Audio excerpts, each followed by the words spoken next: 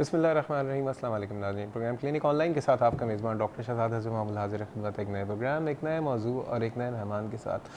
नाज़रीन, किसी भी इदारे में ख़ुसूसन कोई भी ऐसा इदारा जो कि हॉस्पिटल हो, जहाँ पे मरीज़ों का इलाज किया जाता हो, वहाँ पे जितनी अहमियत डॉक्टरों की होती है उतनी ही अहमियत जो है नर्सेज़ और पैरामेडिकल स्टाफ की होती है।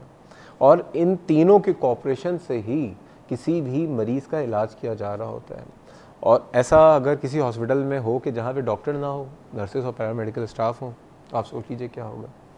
जाहिर बात है कि डॉक्टर नहीं है तो फिर डायग्नोसिस नहीं होगी, ट्रीटमेंट प्लान नहीं फॉलो किए जाएंगे।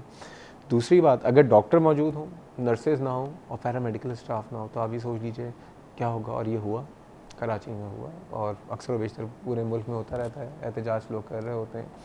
कराची में भी 2-3 दिन से आप देख रहे थे कि जो नर्सेज हैं और पैरामेडिकल स्टाफ हैं, वो एक उनका मुतालबा था कि उनके जो स्टाइपेंड्स हैं, जो उनकी सैलरीज़ हैं, जो उनके अलाउंसेस हैं, उसमें इजाफ़ा किया जाए और उतना इजाफ़ा किया जाए जो कि फ़ेडरल गवर्नमेंट और दूसरे जो प्रोविंशियल गवर्नमेंट है उसके मुकाबले पे होना चाहिए। और ये मेरे ख्याल में ये मुतालबा जो है कोई नाजायज़ नहीं है। महंगाई इतनी हो चुकी है, हर चीज़ की कीमतें बढ़ती जा रही हैं और दूसरे लोग जो उसी सोचें कि कैडर के उसी प्रोफेशनल्स के जो लोग हैं दूसरे प्रोविंसेस में उनकी सैलरीज और लॉसेस बढ़ गए, तो उनका भी बढ़ना चाहिए था। लेकिन जिस तरह से इस मामले को हैंडल किया गया, और ख़ुसूसन टीवी स्क्रीन पे आपने भी देखा, हमने भी देखा कि जिस तरह से जो नर्सेज हैं ये बहुत काबिल एहतराम है।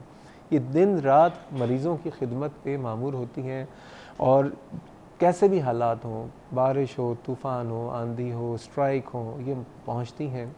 और ये बैकबोन है किसी भी हॉस्पिटल में, किसी भी मेडिकल के भी किसी भी इदारे के लिए एक बैकबोन का दर्जा रखती हैं, चाहे नर्सेज हों, चाहे पैरामेडिकल स्टाफ हों।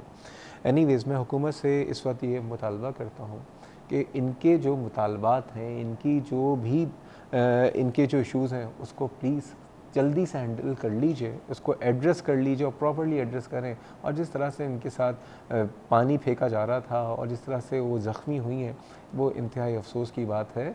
क्योंकि ये बस कहना ज़रूर मैं चाहूँगा कि इनके बग़ैर कोई भी हॉस्पिटल नहीं चल सकता है। ये बहुत वैल्यूएबल है। एनीवेज़ नाज़रीन, आते हैं टॉपिक की तरफ।